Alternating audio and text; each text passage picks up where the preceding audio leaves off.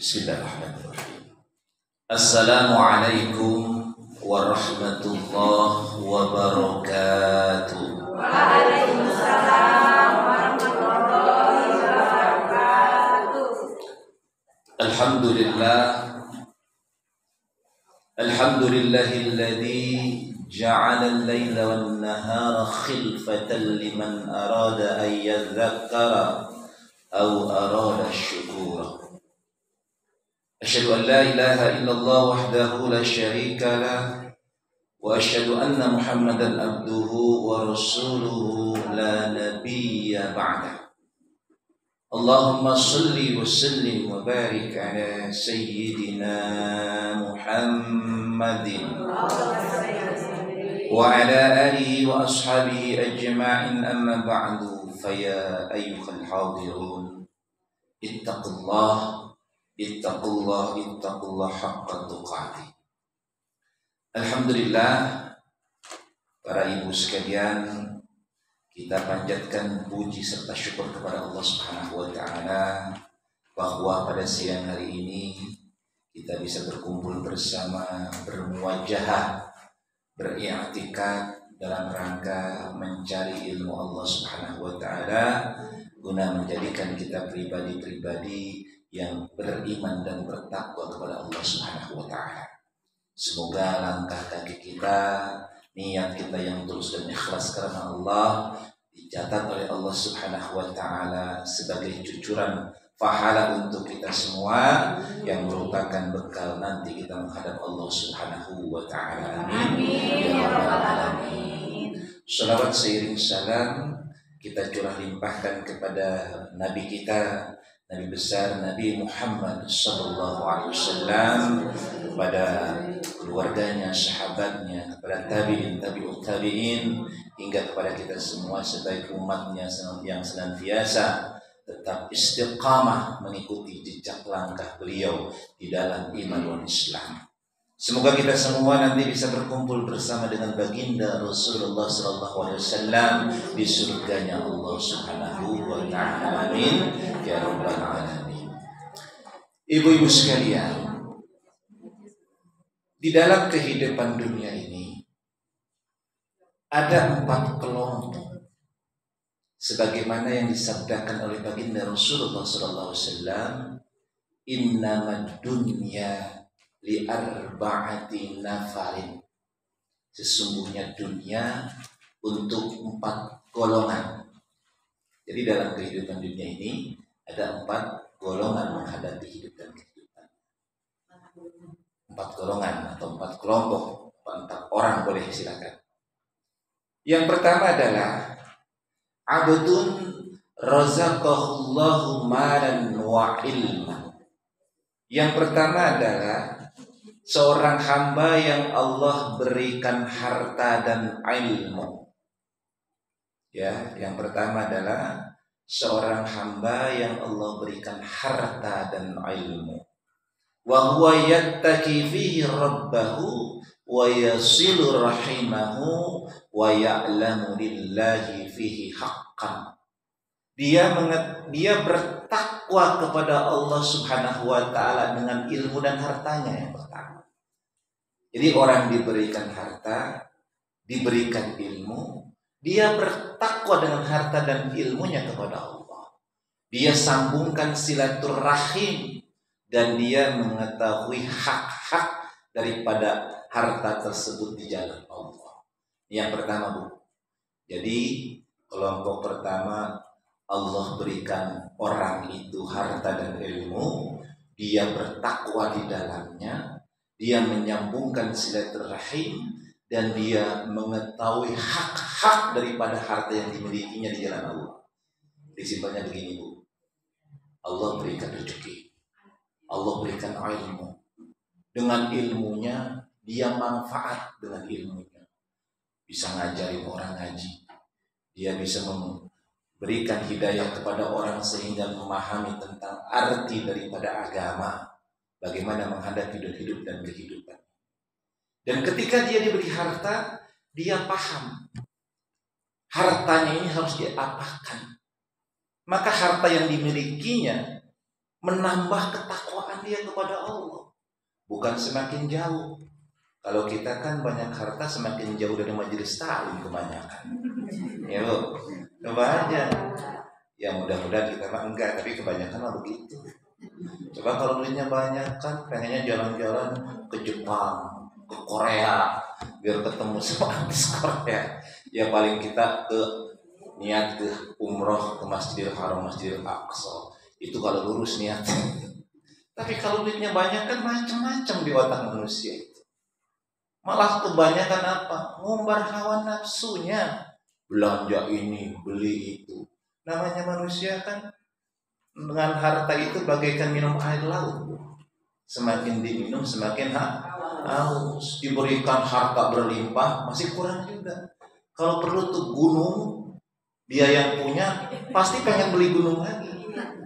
Udah kebeli mobil pengen pesawat terbang. Itu manusia gitu tuh. Gak ada puasnya sampai nanti mulutnya disumpelin tanah. Mati maksudnya. Kalau udah mati baru puas tuh manusia. Nah, orang yang dimaksudkan oleh Allah yang pertama ini diberikan ilmu, diberikan harta, tapi dia semakin takwa kepada Allah. Dia semakin dekat kepada Allah. Maka hartanya dipergunakan untuk menafkahi keluarganya dengan baik, dengan jalan yang halal, dengan sesuatu yang halal. Kemudian dia sambungan silaturahim. Dia bantu dulu saudara-saudaranya. Kita sebelum bantu orang lain, lihat saudara kita yang dekat, lihat tetangga kita yang dekat, kerabat kita ada yang miskin enggak? Jangan yang jauh dibantu, yang dekat ditinggalin. Enggak boleh begitu. Kalau di lingkungan lihat jaga kedekatan jarak, namanya tetangga. Lihat kedekatan nasab, namanya keluarga. Makanya akrobin, karib kerabat. Ingat akrobin itu bisa jatuhnya nafkah juga. Maka kalau kita memiliki kelebihan, buru-buru lihat keluarga kita. Aduh, keluarga kita ada yang perlu dibantu. Sama-sama bantu keluarga. Sokong sampai keluarga itu bisa mapan dan mandiri. Baru nanti lihat tetangga kita. Aduh, ada tetangga kita yang anaknya nangis gara-gara gak kebeli susu. Misalnya, buru-buru bantu kita. Jangan pengen dipuji-puji baru bantu. Ini kebanyakan dari angkat-angkat baru dibantu. Harta kita pergunakan untuk memperkuat silaturahim. Coba Bu, orang yang dalam kondisi kesusahan, orang yang dalam kondisi yang sangat membutuhkan, tiba-tiba kita hadir ada pada saat itu. Bagaimana perasaan orang yang dibantu? Masya Allah, diingat sepanjang hayat Bu. Sampai kapanpun ingat kebaikan. Orang lain gak ada yang datang ketika saya susah. Ibu Hajah datang ke tempat saya, bahkan bantu saya. Itu sampai kapan terkenal. Dan itu fi athari sujud namanya Bu. Bekas-bekas sujud. Artinya bekas-bekas amal ibadah yang membekas kepada orang lain, itulah bekas sujud kita. Bahkan nanti diceritakan ke tetangganya, ke saudaranya. Alhamdulillah, Ibu Hajah itu ibu yang solehah, Masya Allah. Dan ternyata bukan hanya dibantu satu orang, 2, 3 orang, 4, 5 orang dibantu terus sama Bu Hajah itu misalnya, dengan harta yang diamanahkan Allah, maka itu akan membuat semakin cinta, akan membuat di antara satu dengan yang lainnya semakin sayang. Ya. Coba kalau di sini saling bantu, Masya Allah, saling bantu satu dengan yang lainnya. Ada subsidi silang yang memiliki kelebihan diberikan kepada yang kekurangan. Enak itu. Alhamdulillah. Iya. Silaturahimnya kita indah nggak? Saling sayangnya kelihatan kuat nggak? Luar biasa. Silaturahim artinya menyambung hubungan rahim. Ingat, Ar-Rahman, Ar-Rahim. Apa bedanya? Kalau Ar-Rahman itu nikmat Allah diberikan cuma di dunia saja. Tak pandang dulu Allah berikan tuh nikmatnya. Mau kafir, mau muslim dikasih. Rezeki dikasih. Mau manusia, mau binatang dikasih. Itu Rahman. Tapi karena rahim hanya diberikan Allah di dunia wal akhirat bagi orang yang beriman. Makanya silaturahmi itu bukan putus di dunia saja, bahkan sampai akhirat. Itu maknanya silaturahmi.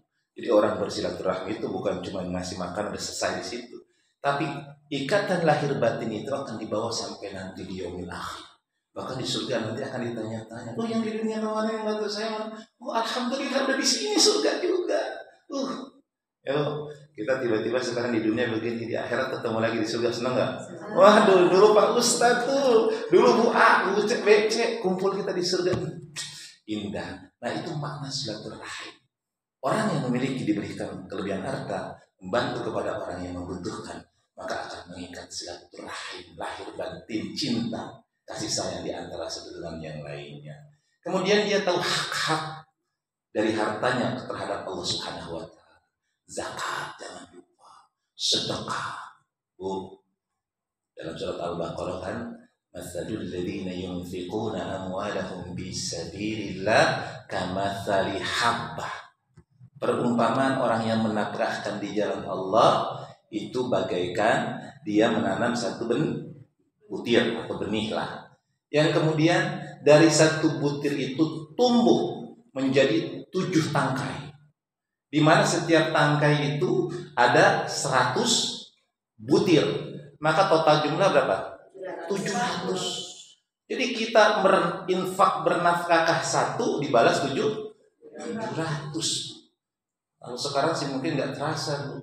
Tapi kalau ibu bisnis sih, Pak, ibu jualan, misalnya jualan bakwan harga 2.000 lah ya sekarang ya, 2.000, 2.500, dibalas keuntungannya 700 kali lipat, jadi berapa? Kira-kira ibu jualan bakwan terus ya. Dari harga taruhlah misalnya dimahalin, dimurahin 1.000 kali 700 berapa, Bu? 700.000. Satu bakwan kita dapat keuntungan 700.000. Nah bisnis dengan Allah tuh begitu. Kalau kita bakwan dijual 250, keuntungan cuma berapa kali, 500 gitu. Nggak sampai 200%-nya. Tapi dengan Allah 700 kali lipat. Kalau sekarang sih belum terasa, Bu. Tapi nanti di akhirat coba aja, Bu, sekarang ibu misalnya mau beli rumah misalnya gitu. Beli rumah kurang duit aja umpamanya 50 juta. Kira-kira bisa kebeli nggak tuh? Nggak kebeli kan? Gara-gara kurang 50 juta dari 1 miliar umpama gitu. Nah, nanti itu di yaumul akhirat, yaumul pembalasan, surga itu bertingkat-tingkat. Tergantung kita daya belinya. Makanya surga itu bertingkat-tingkat. Ada yang rendah, ada yang tinggi, ada yang bagus, macam-macam. Tergantung punya pahala berapa. Kamu punya pahala berapa? Pak Ustadz, kan masuk surga itu kan karena ridho Allah. Betul. Surga itu karena ridho Allah. Tapi Allah tidak menafikan yang namanya usaha, amal. Ketika kita di alam barzah yang nemenin apa? Amal soleh. Kira-kira duit nemenin nggak? Suami nemenin nggak? Anak nemenin nggak? Enggak kan? Yang nemenin amal.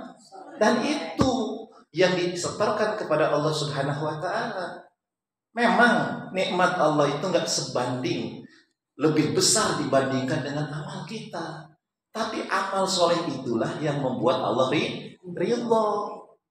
Makanya kenapa di dalam agama Islam ini pahala dilipat gandakan tuh. Karena pahala-pahala itu diibaratkan akan menjadi tabungan untuk kita. Kalau sekarang aja di dunia gaji 5 juta, nabung 1 bulan 100.000 misalnya, ya berapa tuh setahun cuma 1.200.000. Nah, kalau duit 1.200.000, tapi kalau tabungan akhirat perhitungannya, ibu niat saja, ya Allah saya besok mau lewat sana mau ngasih tuh nenek-nenek yang suka mangkal, dicatat nggak sama Allah pahalanya? 1 tuh. Tiba-tiba ibu di rumah, ayah suami datang disambut dengan senyum, pahala nggak? Aduh, pahala 1 lagi. Datang ke sana langsung disiapin, pahala nggak? Pahala. Jadi pahala itu mengalir dari amalia kita, dan itulah yang kemudian disetorkan di hadapan Allah Subhanahu wa Ta'ala dan akan ditukarkan dengan surga sesuai dengan tabungan kita. Jadi jangan aneh, Bu. Kita masuk surga insya Allah, dan kita pasti masuk surga. Umat Nabi Muhammad SAW pasti masuk surga. Itu sudah pasti. Tapi masalahnya nanti ada proses. Surga itu akhir. Tapi kalau orang yang berdosa mampir dulu tentaranya. Dicuci dulu.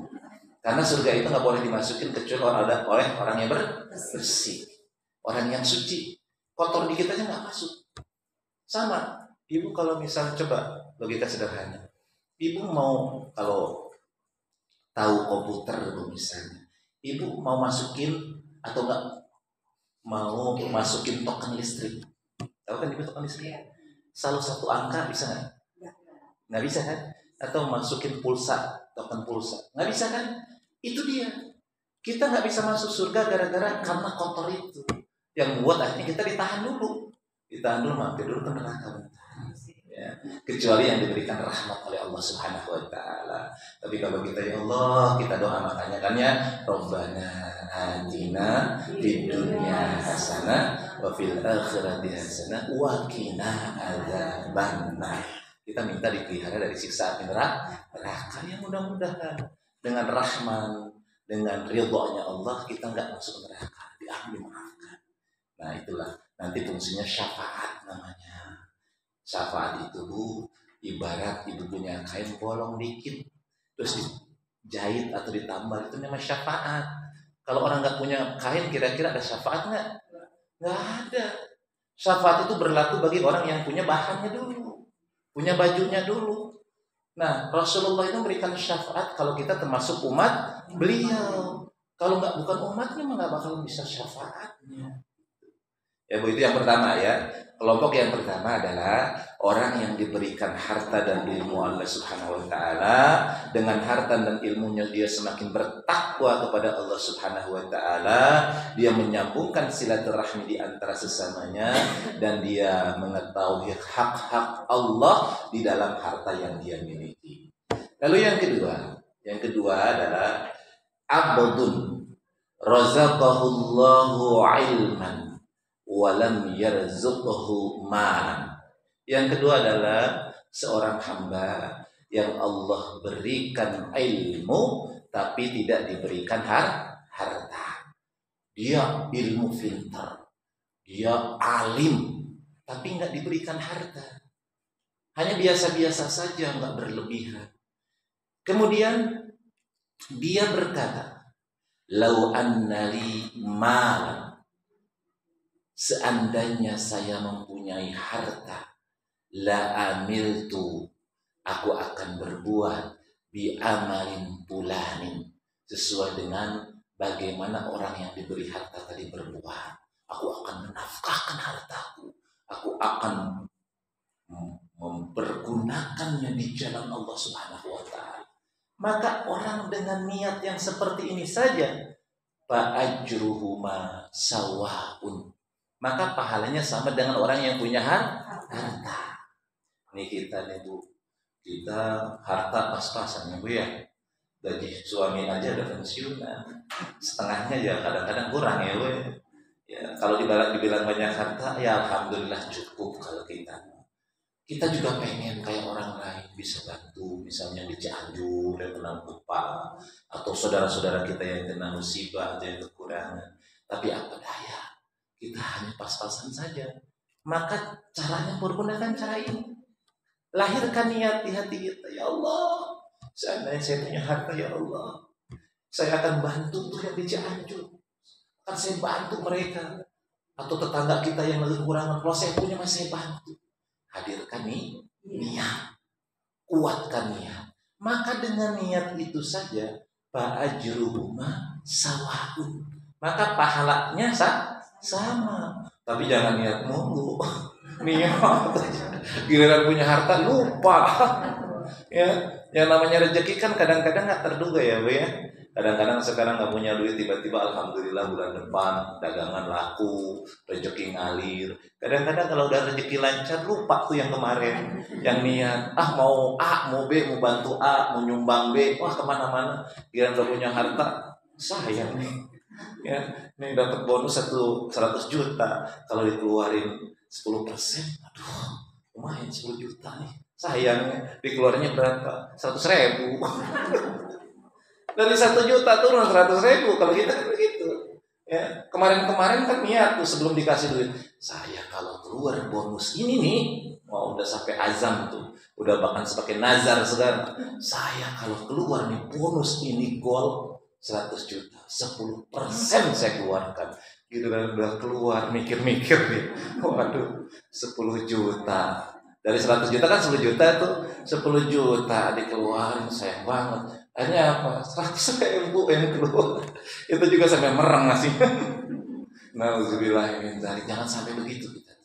Jadi lahirkan niat ketika umpamanya Allah memberikan rezeki dengan harta, maka saya akan berbuat sebagaimana orang yang diberikan harta di jalan Allah, dia nafkahkan akan melakukan perbuatan itu.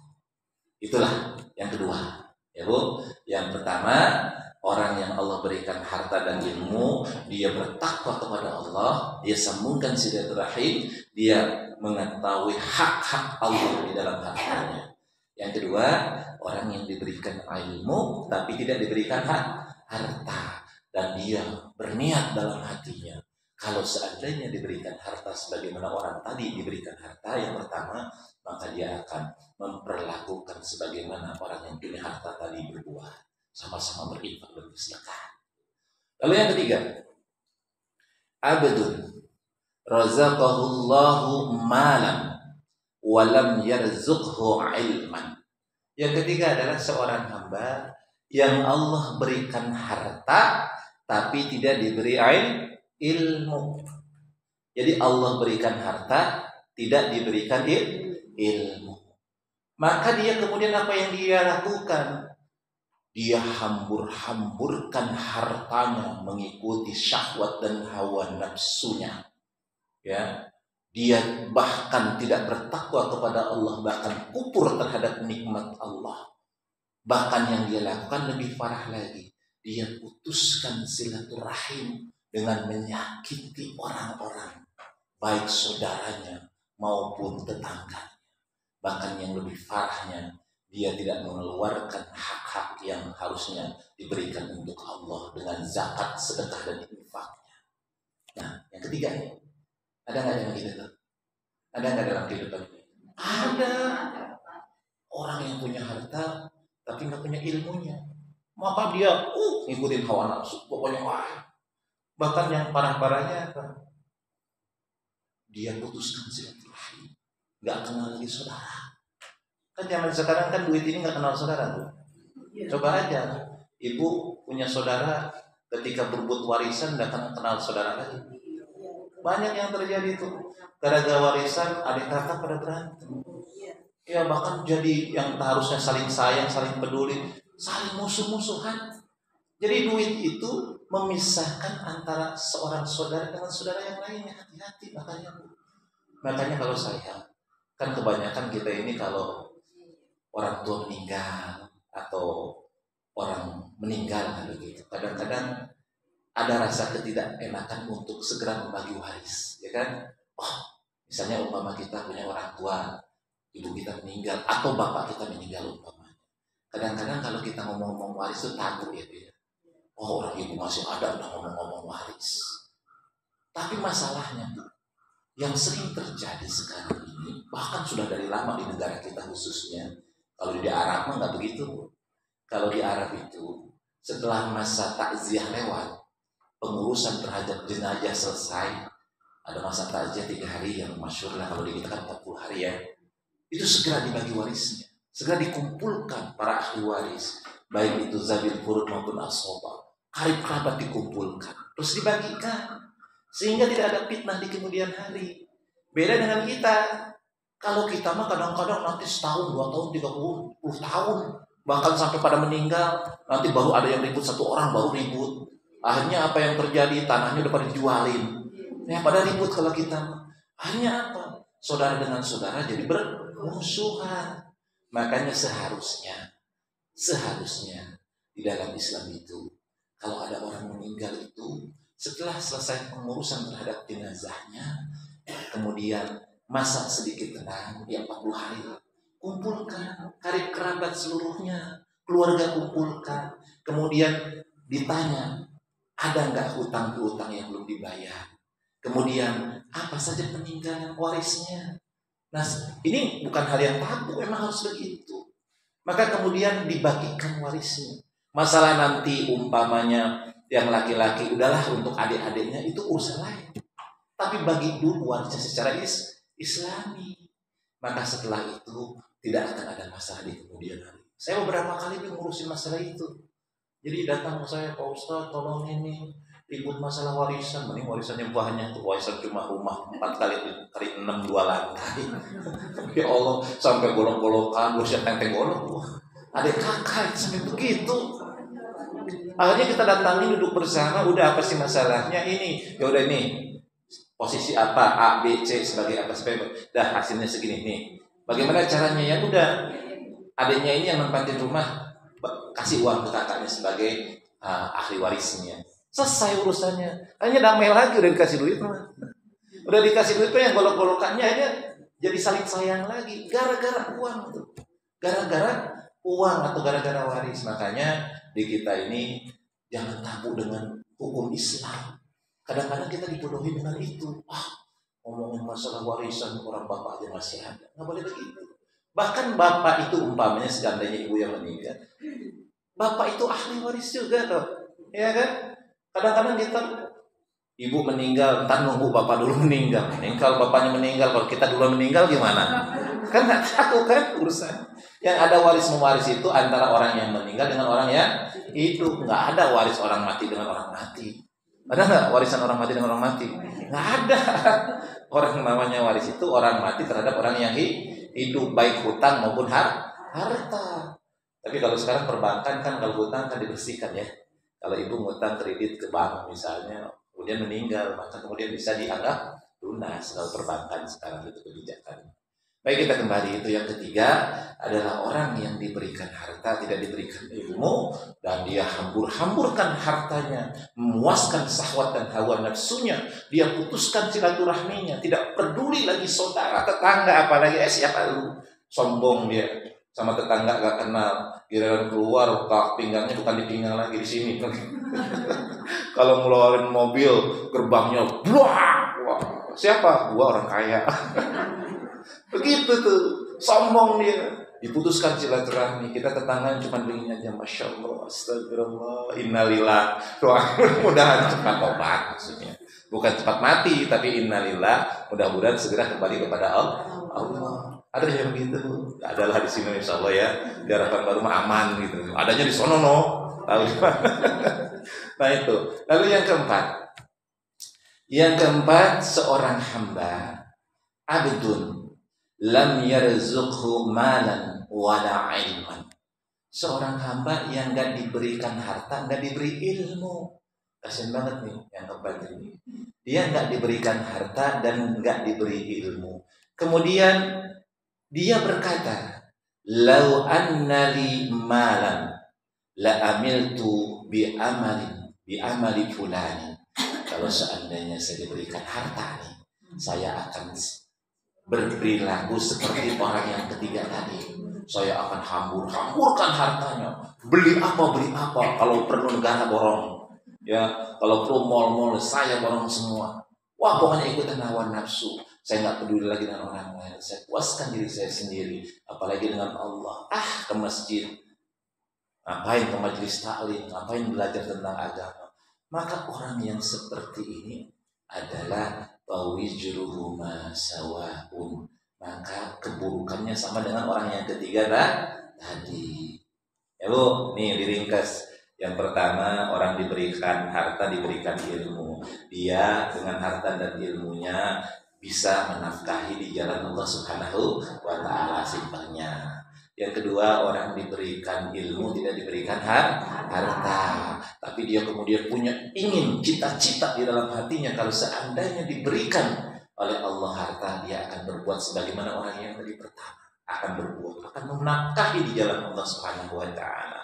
Yang ketiga, ada orang yang diberikan harta, nggak diberikan ilmu. Dia hamburkan hartanya mengikuti hawa nafsunya, tidak dipenuhi hak Allah. Maka orang yang seperti ini adalah bi ahbathil manazil, orang yang paling buruk di sisi Allah Subhanahu wa ta'ala. Kalau yang pertama tadi bi afdhalil manazil, paling utama di sisi Allah Subhanahu wa ta'ala kedudukannya yang pertama tadi. Lalu yang keempat tadi adalah pahala keburukannya sama dengan orang yang kedua. Maka mari kita sama-sama jadilah orang yang pertama dan kedua. Jangan jadi orang yang ketiga dan keempat. Apa tuh Pak? Kalau seandainya kita diberikan harta, diamanahi oleh Allah Subhanahu wa taala harta, maka harta itu pergunakan di jalan Allah. Kan nanti masalah harta itu kan pertanyaannya dua pertanyaan. Dari mana engkau dapatkan? Kemudian untuk apa engkau pergunakan atau engkau belanjakan? Pertanyaannya dua kan? Sumbernya dari mana? Halal apa haram? Kemudian harta ini dipergunakannya untuk halal apa haram? Pertanyaannya berat. Kalau kita misalnya diamanahi oleh Allah Subhanahu wa taala harta berlebihan dengan cara yang halal, hasil usaha kita, kita shop online shop misalnya, kita buka sate mani umpamanya Bu Haji, atau buka nasi uduk di depan misalnya. Ya alhamdulillah nasi uduknya pagi-pagi udah 100 orang yang ngantri gitu kan. Ya belum lagi pesenannya udah 1000 bungkus gitu tiap hari ya misalnya gitu kan. Wah alhamdulillah berarti ada kelebihannya banyak. Maka caranya halal. Rezeki ini dapat dari sumber yang halal, bukan nipu. Hati-hati kan banyak juga yang nipu-nipu seperti di Lazada buka toko, taunya tokonya kagak ada, udah dibayar, duitnya kagak dibalikin, begitu. Barangnya pesen yang bagus, cakep, datangnya abal-abal. Nah itu kan haram, nggak boleh tuh begitu. Ya sama nasi uduk juga nggak boleh tuh, hati-hati nasi uduk. Nanti nasi uduk berasnya yang jelek, lagi bilang sama orang, berasnya nomor 1. Nomor 1-nya di mana? Ternyata nomor 1 di bagian dari kelurahan. Beras bagian. Ya. Harus jujur Bu. Ya, jujur apa adanya. A, B, B. Maka insya Allah itu berkah. Kalau berkah itu artinya ziyadatul khair. Yang disebut dengan berkah itu ziyadatul khair, bertambahnya kebaikan. Jadi kalau kita lihat orang ini usaha kita berkah apa enggaknya, dilihat hasilnya Bu. Kalau orang usahanya kelihatan maju tapi ternyata susah mulu, nggak berkah gitu. Tapi kalau orang jualannya biasa-biasa tapi hidupnya senang, tenang, jiwanya nyaman, berkah. Berapa banyak Bu orang yang hanya pekerjaannya mungut sampah, mungut plastik, tapi bisa nyekolahin anak-anaknya sampai perguruan tinggi. Banyak yang begitu. Itu artinya berkah. Ya mungkin ibu-ibu juga yang hanya sebagai ibu rumah tangga mengandalkan gaji dari suaminya, tapi mengelola dengan cara yang baik, maka anak-anak sudah sarjana semua. Ini artinya rezekinya berkah. Nah, ini yang disebut berkah.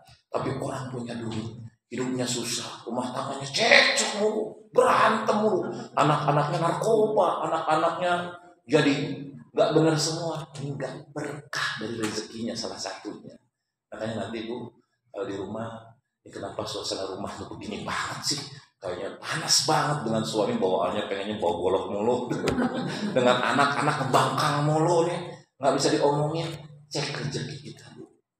Jangan-jangan rezeki yang kita makan ini ada yang haram. Jangan main-main. Rezeki yang haram yang kita makan untuk kita, untuk anak-anak kita bisa menyebabkan jiwa kita ini jadi jiwa yang yang buruk. Jadi bawaannya emosi, bawaannya dengki aja. Begitu. Gara-gara kita memakan yang haram. Cek ya Bu ya. Jadi coba nanti di rumah. Tapi kalau rumah tangganya adem-adem, wah ini rezekinya bagus, berkah. Ya, itu salah satu. Tapi yang lainnya salahnya banyak juga. Bukan hanya di situ aja, mungkin ada hal lain kita tidak bahas. Nah, kita kembali. Jadilah kita orang yang diberikan harta dan ilmu, kemudian kita nafkahi di jalan Allah Subhanahu wa taala. Bantu sesama kita sesuai dengan kapasitas kemampuan. Jadi ukhuwah Islamiyah, silaturahmi di antara kita, Bu. Karena sekarang ini silaturahim ini banyak bentuknya, tapi nggak solid Bu. Ya, sekarang persatuan itu kan banyak ya Bu. Komunitas-komunitas itu banyak ya. Coba aja komunitas sepeda A, komunitas motor B, komunitas arisan A, arisan B. Tapi harus diisi dengan silaturahim. Ingat, bukan hanya sekedar ngumpul-ngumpul, tapi silaturahim atau silaturahmi, menyambung hubungan rahim. Artinya ada pahala dunia akhirat. Itu yang dimaksudkan silaturahmi. Kita datang ke rumah teman kita bersilaturahmi. bawa sesuatu, baik itu bentuknya makanan, kemudian kita bicara tentang kebaikan, bukan datang ke rumah teman kita ngomongin yang lain. Kadang-kadang kan datang ke sana untuk pamer emas, baru kita pakai tuh emas yang ada di kamar ya. Kadang-kadang ajang pamer-pameran gitu. Nih, emasnya cakep, taunya emas sepuhan. Ya. Atau kadang-kadang datang silaturahmi ngomongin orang lain, nggak boleh begitu. Jadi silaturahmi itu harus ngomonginnya kebaikan. Itu yang harus kita lakukan. Yang kedua, jadilah yang kedua. Kalau kita tidak diberikan harta oleh Allah Subhanahu wa taala, maka berilah ilmu kita. Dengan ilmu itu hadirkan, ya Allah, rezekikan kepada saya, ya Allah, rezeki yang halal, yang luas, yang barokah, yang insya Allah kalau saya pergunakan, kalau saya diberikan rezeki itu, saya akan pergunakan di jalan Allah. Hadirkan niat itu. Karena dengan itu, niat yang seperti itu pahalanya sama dengan orang yang memiliki harta, dia menafkahi hartanya di jalan Allah. Itu ya Bu. Jangan jadi yang ketiga dan jangan udah nggak punya harta, bodoh begitu. Ya cita-citanya, kalau saya punya harta, saya mah udah kemana beli ini, beli itu, beli ini, beli itu. Jangan begitu. Kalau itu kita punya pemikiran gitu, maka keburukannya sama. Seperti orang yang hambur-hamburkan harta menurut hawa nafsu. Ilmu baru tuh. Jadi kalau sekarang kan saya lihat ya kita mah standar-standar aja lah ya Bu, yang kategorinya kategori pertama semua kayaknya. Amin. Amin. Mudah-mudahan kita diberikan harta, diberikan ilmu agar kita bisa bantu orang yang membutuhkan, saudara-saudara kita. Ibu-ibu yang dirahmati Allah Subhanahu wa taala. Allah Subhanahu wa taala berfirman di dalam surat Qasas 77. Coba buka. Ya, surat 28. Surat 28 ayat 77.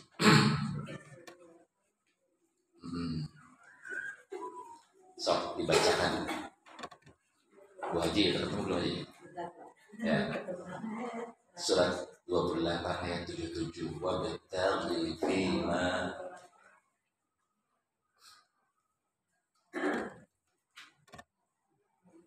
sudah ya.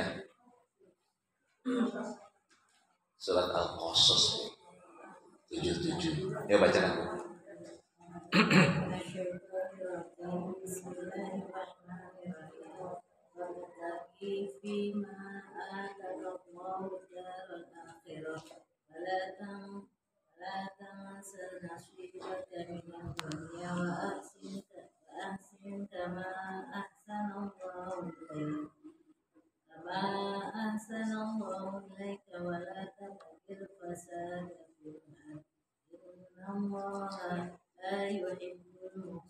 Sadaqallahul azim.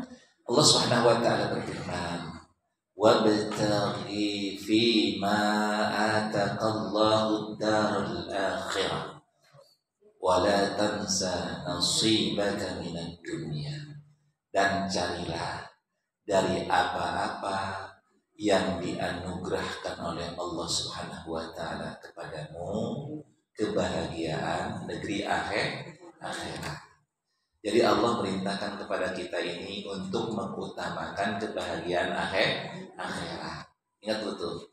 Jadi semua baik laki-laki perempuan, muslimah, semua diperintahkan untuk mempergunakan apa yang diberikan Allah kepada kita untuk mencari kebahagiaan negeri akhirat. Tujuannya Bu, kita diberikan umur panjang, kita diberikan rezeki, maka pergunakan untuk mencari kebahagiaan akhirat. Jadi tujuannya itu Bu. Tapi wala tansa nasibaka minad dunya. Jangan engkau lupakan bagian kamu di dunia. Nikmati juga dunia. Artinya apa? Di dunia juga harus sukses. Jangan nggak sukses dunianya. Artinya apa? Kita nikmati, alhamdulillah sekarang. Kita kan nggak bisa menghindar dari dunia kan? Karena dunia itu sama akhirat itu nggak terpisah. Jadi jangan berpikiran ini urusan dunia, ini urusan akhirat, nggak ada Bu. Semua urusan itu berawal dari dunia. akhirnya akhirat. Dunia itu akhirat itu tergantung dunianya. Sekarang kalau ingin akhirat bahagia, maka dunia harus bahagia. Ibu pengen masuk surga, pengen surga, maka ciptakan surga di dunia sebelum surga di akhirat. Ini kadang-kadang kita mah, ya Allah masukkan saya ke surga, tapi di dunia nggak mampu wujudkan surga di rumah tangganya. Nah, kalau pengen nanti surga di akhirat, dapat surga, dunianya surgain dulu. Coba gambaran surga itu apa? Yang bisa digambarkan dari surga? Jannah. Ya kan? Jannah itu kan taman, ya kan? Taman, buah-buahan, pemandangan yang indah, air sungai yang bening mengalir, yang airnya bisa diberi minum, semua terasa indah dan nyaman. Bagikan kita kalau pergi ke puncak sono lah ya, begitu. Kita punya seperti itu, dengan suasana yang saling sapa dengan yang lainnya, penuh dengan kasih sayang. Hadirkan itu di dunia. Coba kalau kita di rumah dengan suami, dengan anak-anak, ciptakan surga kita enak lalu. Makan bareng. Kalau makan itu tanyakan bareng dulu.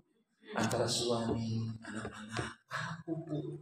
Jangan kalah sama orang Barat, Bu. Orang Katolik, Bu. Orang Katolik. Makan itu terjadwal. Satu keluarga. Makan pagi, makan malam. Mereka bersama-sama. Diawali dengan doa dulu. Coba deh kalau nggak percaya. Tonton di film-film lah kita kalau nggak punya tetangga. Tapi kalau punya tetangga, ibu boleh tanya. Mereka kumpul diawali dengan doa minta keberkahan terhadap rezeki. Kita suka begitu nggak? Kadang makan masing-masing ya. Kita nyediain tak anak kapan, suami kapan. Nah itu nggak boleh. Iya memang kebanyakan begitu. Di rumah tangga kita itu banyak begitu. Padahal seharusnya pagi-pagi makan bareng. Suami, istri, anak makan bareng. Bilang gini Pak Ustadz, bareng-bareng makan, saya udah bilang juga dari kamu Berarti belum punya surganya itu namanya. Nah sekarang berusaha untuk wujudkan surga. Kalau sekarang nggak bisa terwujud, nanti nggak terwujud. Jadi surga itu harus dibangun dari dunia kita sekarang ini. Kita sekarang Pak, saya nggak punya suami, kan ada anak, ada cucu. Maka mulai anak dengan cucu kita kumpulkan bersama-sama. Nah, nih nenek nih mau masakin yang enak untuk kalian makan bareng-bareng. Ya, kita punya anak tertua. Nanti anakku sayang, kamu pimpin doa. Yuk doa dulu. Kita doa dulu. Udah selesai sudah, yuk kita makan bersama-sama. Enak kan? Keluarga kumpul. Kalau itu dibiasakan. Kalau kita kan di kita umat Islam di Indonesia khususnya ini rata-rata makan masing-masing tuh. Ya itu susah tuh karena kita nggak mau berbuat. Dalam hidup itu nggak ada yang susah. Kalau kita memformat awal enggak. Itu karena ibu rumah tangga udah 20 tahun formatnya begitu. Coba kalau pas awal rumah tangga, misalnya kita awal nikah, ya awal ta'aruf lah sama pasangan kita. Ayah nanti kalau kita sudah rumah tangga pengennya mami mah makan bareng sama anak-anak. Kita jadwalin nih pagi-pagi sama malam aja lah. Kalau siang kan kerja kan nggak mungkin tuh. Jadi ada makan pagi, ada makan malam. Nah itu bareng-bareng sama suami, sama anak. Kita bisa kontrol anak kita. Kamu hari ini temennya sama siapa? Oh iya anaknya Haji itu kan Pak Ustadz nggak apa-apa. Kamu temennya sama siapa? Sama anaknya Pak Sono yang suka maling. Jangan. Hati-hati Bu. Kita punya anak, hati-hati terhadap temannya Bu. Karena bisa jadi agama anak kita ngikutin agama temannya. Artinya bukan agama secara agama Islam atau non-Islam, tapi sikapnya bisa mengikuti temannya yang tidak baik. Maka hati-hati Bu. Kalau kita punya anak, punya cucu, tanya tuh siapa temannya tuh. Oh anak Pak Ustadz nggak apa-apa. Tapi ini temannya siapa? Oh temannya nggak benar, jangan. Kamu jangan nak. Kenapa mak? Dilarang karena bisa menularkan penyakit yang tidak baik. Tadi bilang sombong nggak apa-apa. Dibilang sombong sama penjahat nggak apa-apa kan? Ya nggak apa-apa. Dibilang sombong sama orang kafir nggak apa-apa kan? Tapi kalau dibilang sombong sama sesama muslim kan jangan. Nah itu, jadi hati-hati. Jadi kita kembali lagi, nanti kemana-mana lagi. Jadi surga akhirat itu harus diwujudkan di dunia dengan membangun surga kita. Mulai nanti datang ke rumah, ayah, kemarin tadi saya dengar teman ceramah nih. Kita pengen surga akhirat harus diwujudkan di dunia dulu. Saya pengen kita wujudkan surga yuk bareng-bareng. Gitu dong ngomong sama suami. Bagaimana caranya? Berangkat nanti kita makan bersama-sama sama anak-anak. Pulang malam jangan makan di luar, tapi makan masakan mama yang paling enak. Ya, buatkan kesukaan suami. Ya kali-kali makan di luar nggak apa-apa, tapi tetap sama keluarga. Jangan makan masing-masing, emaknya makan di mall sono, bapaknya makannya di warteg. Jangan begitu. Harus bersama-sama. Kita kembali kepada ayat. Wabtaghi fima ataqallahu daral akhirah wa la tansa nasibaka minad dunya. Jangan kau lupakan bagian kamu di dunia. Wa ahsin kama ahsanallahu ilaik. Berbuat baiklah kita kepada orang lain sebagaimana Allah sudah berbuat baik kepada kita. Wala tabil fasada fil ardh. Jangan berbuat kerusakan di muka bumi. Yang terakhir coba buka Al-Qur'an Al-Ahzab 33 ayat 35. Surat 33 ayat 35.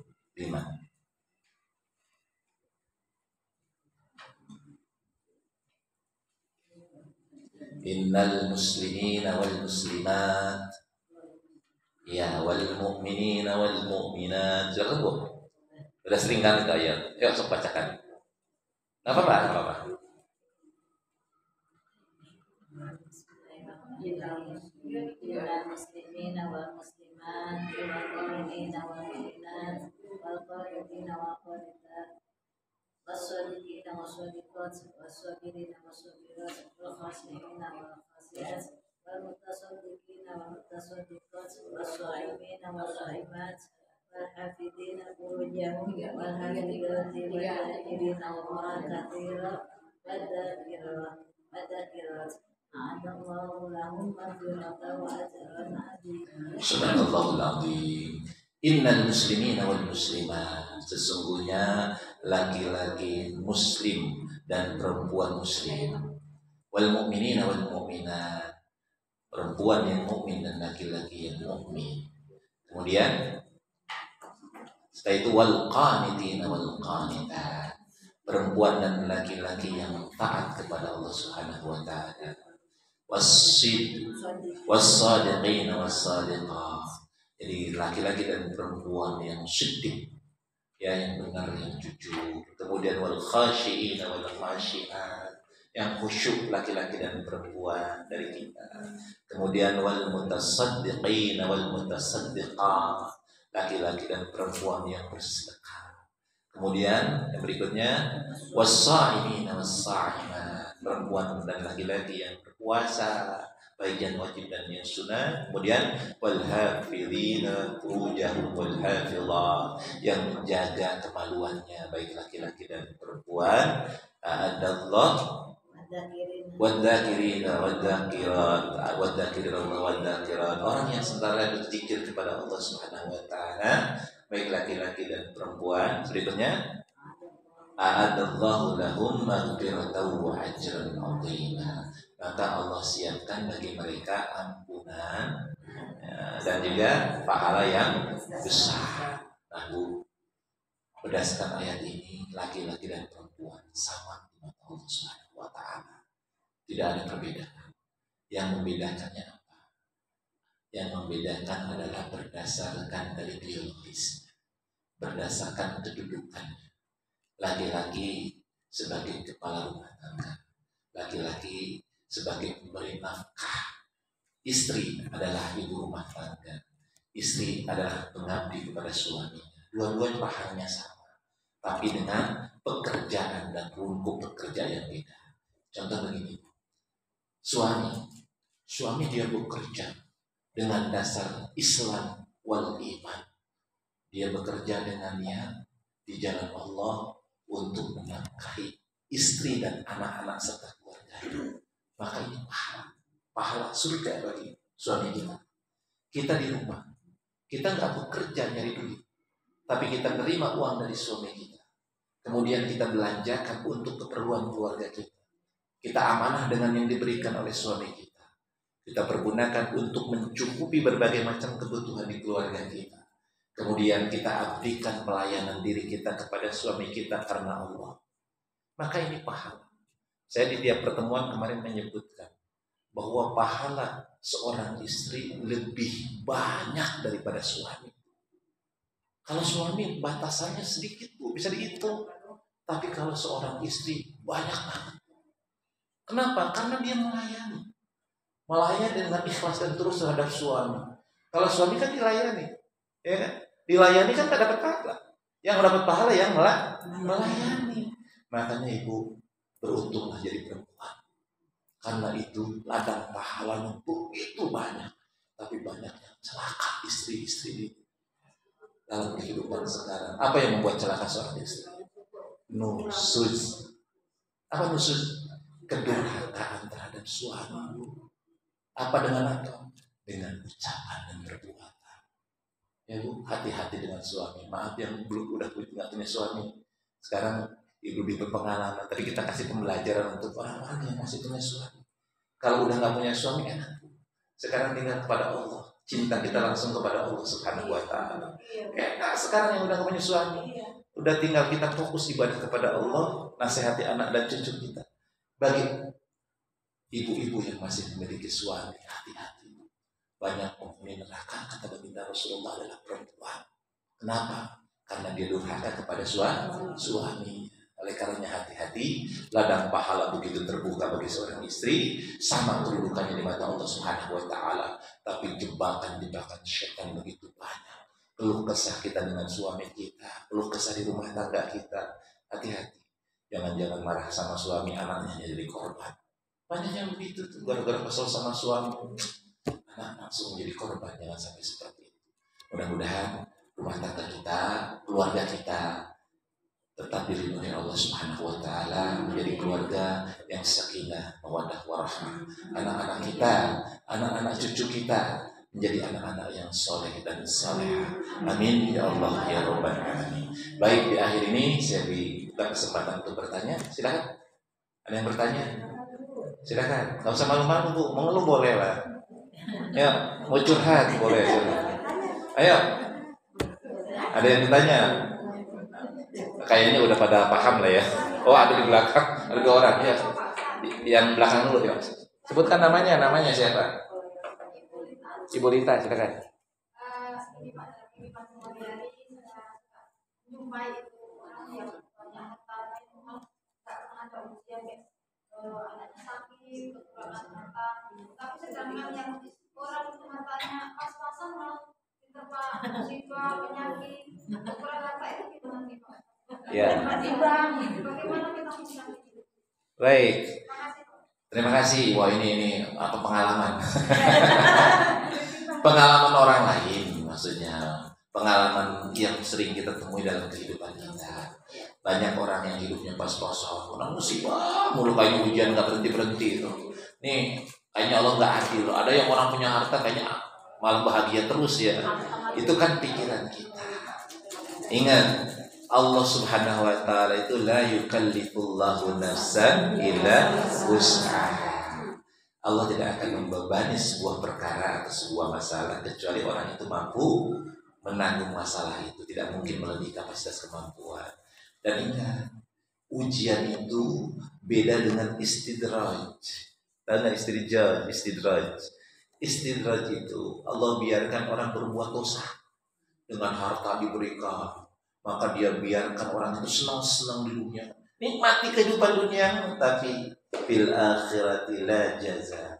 Di akhirat mau dapat balasan. Jadi kalau kita lihat orang nggak pernah sholat, nggak pernah ke masjid, nggak pernah ngaji, kayaknya pernah senang banget jalan-jalan mulu nggak ada masalah, itu istidraj namanya. Itu ngeri Bu. Kenapa? Tiba-tiba dia mati nggak ada amal, di akhirat dapat balasan dari Allah nggak? Enggak. Tapi kalau kita hidup sederhana, musibah datang di tengah-tengah kehidupan kita, diuji terus, tapi kita hadapi dengan sabar. Maka innama yuwaffas sabiruna bighairi hisab. Jadi orang-orang yang sabar itu diberikan balasan oleh Allah tanpa batas. Enggak ada batas. Jadi kalau ada bilang sabar itu ada batasnya, kurang paham orang itu. Sabar itu nggak ada batasnya. Dan pahala sabar itu luar biasa. Maka kalau orang dalam kehidupannya biasa-biasa, bahkan miskin, tapi kayaknya musibah berturut-turut menimpa kita, justru itulah sayangnya Allah kepada kita. Kalau kita mampu melewati dengan keyakinan bahwa la yukallifullahu nafsan illa wus'aha, ya Allah, Engkau menimpakan ujian kepada saya ini, saya yakin Engkau tahu bahwa saya ini adalah mampu menghadapi ujian ini, ya Allah. Maka semua inna lillahi wa inna ilaihi raji'un. Saya dari Engkau ya Allah dan akan kembali kepadamu ya Allah. Pasrahkan jiwa kita. Semakin khusyuk dalam sholat kita, semakin kita mendekati Allah Subhanahu wa ta'ala, maka tenang hati kita. Maka pada saat itu derajat kita naik. Dan surga sudah menanti. Wah, dari jauh surga udah menggapai-gapai kita. Yo. Kalau kita mau, maka kita pengen mati saat itu juga. Ya, kalau kita udah tenang hati kan pengennya kita segera bertemu dengan Allah. Kalau sekarang ingin bertemu dengan Allah, di antara kita, ntar dulu Pak Ustadz, belum selesai ini urusannya, ya berarti hati kita itu belum tenang. Tapi kalau padahal kematian itu nggak bisa ditolak, tapi kalau ditanya, ibu cinta sama Allah, ingin bertemu dengan Allah, meninggal sekarang mau bisa mau nggak? Pasti nggak mau, semua pikiran begitu. Nah kalau dibilang nggak mau berarti kita belum siap. Tumaninah, tenang hati kita. Maka bagi orang yang ditimpa musibah dalam kondisi, kan ingat Bu, Allah memberikan musibah itu bisa kemiskinan, bisa harta yang berlimpah. Jadi musibah itu bukan miskin saja, tapi musibah itu rezeki yang limpah, rezeki yang lancar, itu musibah. Kalau kita salah mempergunakan rezeki itu, musibah terbesar. Kafir kita bahkan nggak mau sholat, nggak mau berbuat baik. Dosanya semakin besar, ya udah masuk neraka nanti. Nauzubillahi min dzalik. Jadi itu Bu, kalau diuji oleh Allah Subhanahu wa taala, kita harus senang, alhamdulillah. Berarti Bu, orang diuji itu kan mereka sudah siap ya Bu. Misal begini, orang yang boleh ngikutin ujian kenaikan kelas, kira-kira harus terpenuhi syaratnya nggak? Iya dong, harus absennya minimal 70% ya kan? Kalau dia absennya nggak 70%, boleh nggak ikut ujian? Nggak boleh. Berarti kita diuji oleh Allah Subhanahu wa taala dengan berbagai macam ujian, berarti kita syaratnya sudah tercukupi. Makanya sikapnya jangan kemudian seperti ditimpa batu segede gunung, jangan. Tapi alhamdulillah, berarti saya sudah termasuk orang yang memenuhi syarat untuk naik kelas. Begitu sikapnya. Maka ketika ditimpa musibah, ada sesuatu yang hilang, suami anak kita, maka ketika umpama anak yang kita sayang tiba-tiba meninggal, maka kita apa? Inna lillahi wa inna ilaihi raji'un. Ya Allah, ini anak kan Kau titipkan untuk saya nih. Saya rawat dari mulai di perut sampai berojol sampai di didik. Sekarang udah besar Kau ambil. Ikhlas ya Allah. Ikhlas ya Allah. Ikhlas kan? Berarti Allah sayang terhadap anak kita. Maka kalau begitu mah enak. Beda dengan orang meraung-raung. Itu parah. Nggak boleh begitu. Tapi sikapi dengan tulus, ikhlas dan sabar. Ya Bu, paham ya Bu ya? Berarti kalau diuji terus Ibu berarti hebat. Ya, saya pengen diuji terus malah Bu. Ujian S1 sudah, S2 sudah, S3 tinggal S3 yang belum. Kan itu ujian karena kelas kan. Ya, ada lagi Bu yang depannya Bu, silakan. Bu, saya mau tanya Pak Ustadz, itu kan nanti bilang istri banyak yang suka dolim ke suami. Mungkin tanpa kita sadari, kita langsung kita banyak dolim ke suami. Contohnya misalnya Pak Ustadz apa aja. Iya. Mungkin menurut perasaan kita nggak dolim. Betul. Nusud itu adalah pendurhakaan terhadap suami. Disebut nusud. Dan nusud itu bisa sabab cerai dalam hukum Islam. Jadi kalau istri nusud, ketika diperintah menolak, tidak memberikan hak suami, itu nusud namanya. Jadi kan kita ini kan sebagai pengabdi kepada suami karena Allah. Ingat, pengabdian kita hakikatnya bukan ngabdi pada suami, tapi ngabdi kepada Allah. Kita menjadi istri yang baik, melayani suami dengan baik, ya, melayani kebutuhan suami. Ingat Bu, ciri istri yang baik itu apabila dipandang menyenangkan suami, apabila diperintahkan dia mematuhi suami, apabila suami tidak ada dia mampu menjaga amanah dari suami baik harta maupun kehormatannya. 3 cirinya minimal. Itu minimal dalam hadis 1. Hadis yang lain masih banyak. Yang pertama Bu, Kalau dipandang suami itu jangan usang. Kadang-kadang suami memandang ini ngapain? Artinya apa, Bu? Dan paling cakep itu jangan mau kondangan doang, Bu. Giliran mau kondangan, kekawinan orang lain, dandannya habis-habisan. Ya sampai bedaknya, alisnya ukir dulu, ya kan? Sampai bla bla bla. Giliran depan suami, mukanya kucel, kagak ada daya tariknya. Nggak boleh begitu. Ngapain sih mah dandan di rumah gitu? Iya karena kan biar merah-merah kata gitu. ya masalahnya itu kan dilakukan baru pertama kali. Tapi kalau setiap kali dilakukan di depan suami juga ngerti. Bini gua nih cakep banget. Ya, Bu. Nih artinya begini, Bu. Maka kalau di depan suami tampil sifat, sikap, ucapan, penampilan harus maksimal, Bu. Jangan pakai baju 2 hari nggak dicuci-cuci, bolong-bolong, ya nggak boleh begitu. Depan suami cakepin, ya. Jadi ini kadang-kadang memang disengaja juga beli yang bolong-bolong biar dibeliin lagi. Memang sengaja begitu. Poinnya adalah tampil depan suami terbagus terbaik. Buat suami itu tersenyum, selalu tersenyum. Nah yang kedua, kalau diperintah taati, Bu. Selama perintah itu taat kepada Allah. Kalau kita menolak perintah daripada suami, itu jatuhnya kita durhaka. Nah ini yang menyebabkan. Terus yang berikutnya yang sering dilanggar adalah izin. Kemana-mana itu izin. Jangan izin itu sudah dilakukan. Disebut izin itu sebelum melakukan. Kadang-kadang kita kan izinnya sudah dilakukan. Nanti sudah sampai pasar, Pak, Mama udah di pasar ya. Wah, Mama udah di rumah A ya. Itu bukan izin namanya, ngasih tahu oleh izin itu sebelum berangkat kepada suami. Ayah, Mama mau ke pasar ya, mau beli makanan untuk anak-anak. Oh iya silakan. Sampai ada ucapan iya. Jangan izin sambil lewat. Terus suami, gua belum izin, udah jalan aja lu. Jangan begitu. Nah itu namanya nusud, nggak boleh.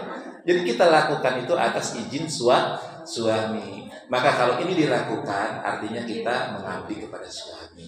Tapi kalau ini ketiga-tiganya tidak dilakukan, termasuk yang ketiga tadi, menjaga harta suami, menjaga kehormatan. Makanya yang tadi yang izin itu menjaga kehormatan. Gak boleh kita pergi tanpa ada mahram. Kemana-mana itu mahram. Ini main pelotor aja jalan sendiri kan. Ya. Mahram itu siapa? Ya bisa anak, bisa adik, bisa kakak, atau setidaknya orang yang bisa dipercaya oleh suami. Jangan ini mau jalan kemana-mana, Pak mau ini sendiri, cering. Masya Allah, innalillah. Nggak boleh begitu. Nah ini yang disebut dengan nusud, pendurhakaan terhadap suami. Belum lagi barang suami, jangan sembarangan minjemin barang suami. Sampai sendok aja kalau perlu ini barang punya suami nggak boleh. Pisau saja nggak boleh. Ya, bahkan yang lebih parah, orang minta masuk ke dalam rumah kalau suami tidak mengizinkan dan tidak ada, nggak boleh. Kita nggak ada suami di rumah, ada tamu yang kita nggak kenal misalnya, yang bukan tetangga, bukan siapa. Kalau tetangga sih masih dimaklumi ya, yang nggak kenal assalamualaikum gitu ya, nggak kenal, biarin aja. Dalam hati aja waalaikumsalam, atau maaf lagi nggak ada suami saya, nanti datang lagi malam-malam kalau ada bisa. Nah ini yang disebut dengan kezoliman kepada suami ketika melanggar hal itu tadi. Ya Bu ya, bisa dipahami. Baik, saya pikir cukup karena jam 3 ya. Baik, kita sama-sama bermunajat kepada Allah Subhanahu wa taala. Beristighfar. Astaghfirullahaladzim. Astaghfirullahaladzim. Astaghfirullahaladzim. Li wa li walidayya wa li jami'il muslimina wal muslimat wal mu'minina wal mu'minat al-ahya'i minhum wal amwat. Allahumma anta rabbi la ilaha illa anta khalaqtani wa ana 'abduka wa ana 'ala ahdika wa wa'dika mastata'tu a'udzu bika min syarri ma sana'tu abu'u laka bi ni'matika 'alayya wa abu'u bi dhanbi faghfir li fa innahu la yaghfiru dhunuba illa anta. Allahumma shalli wa sallim سيدنا حبيبنا وشفيعنا ومولانا محمد وسلم رضي الله تبارك وتعالى عن كل أصحاب رسول الله أجمعين آمين يا الله يا رب العالمين. أعوذ بالله من الشيطان الرجيم. بسم الله الرحمن الرحيم. الحمد لله رب العالمين حمدا الشاكرين حمدا الناعمين حمدا يوافي نعمه ويكافئ مزيده. يا ربنا لك الحمد كما ينبغي لجلال وجهك الكريم وعظيم سلطانك. اللهم صل وسلم على سيدنا محمد وعلى آل سيدنا محمد. Allahumma ya Allah, pada siang hari ini kami berkumpul bermunajat kepadamu ya Rabb. Kami mohon ya Allah, ampunilah dosa dan kesalahan kami, dosa dan kesalahan kedua orang tua kami, dosa dan kesalahan kaum muslimin wal muslimat, mukminin wal mukminat, baik yang masih hidup maupun yang sudah wafat. Ya Allah, ya Tuhan kami, jadikanlah keluarga-keluarga kami keluarga yang sakinah, mawaddah warahmah. Jadikanlah anak-anak kami, anak-anak keturunan kami menjadi anak-anak yang saleh dan salehah. Ya Allah, ya Tuhan kami, berikanlah kepada kami rezeki yang halal, ilmu yang barakah, ilmu yang bermanfaat, dan berikanlah ketenangan kepada kami, keistiqomahan di dalam jiwa dan hati kami, agar senantiasa mampu teguh di dalam iman wal Islam. Akhirilah hayat kami dengan mengucapkan lafaz la ilaha illallah Muhammadur Rasulullah, maka kami yakin bahwa kami berhak menempati surga. Allahumma ya Allah, berikanlah pada kami kemampuan untuk menerima ilmu-ilmu agama dan melaksanakan dalam hidup dan kehidupan kami ya Rabb. Jadikanlah semuanya menjadi berkah bagi kami, usaha kami berkah, rezeki kami berkah, kehidupan kami dalam keberkahan ya Rabb. Rabbana atina fid dunya hasanah wa bil akhirati hasanah wa qina adzabannar. Sallallahu alaihi wasallam Muhammad wa ala alihi wasallam. Alhamdulillah subhana rabbika rabbil izzati amma yasifun. Wassalamu ala mursalin walhamdulillahi rabbil alamin. Barakati al-Fatihah. أعوذ بالله من الشيطان الرجيم. بسم الله الرحمن الرحيم. الحمد لله رب العالمين الرحمن الرحيم مالك يوم الدين. إياك نعبد وإياك نستعين. اهدنا الصراط المستقيم صراط الذين أنعمت عليهم غير المغضوب عليهم ولا الضالين آمين آمين. Demikian kurang lebihnya saya mohon maaf. Usikum wa nafsi bittaqwallah. Assalamualaikum warahmatullahi wabarakatuh. Foto dulu.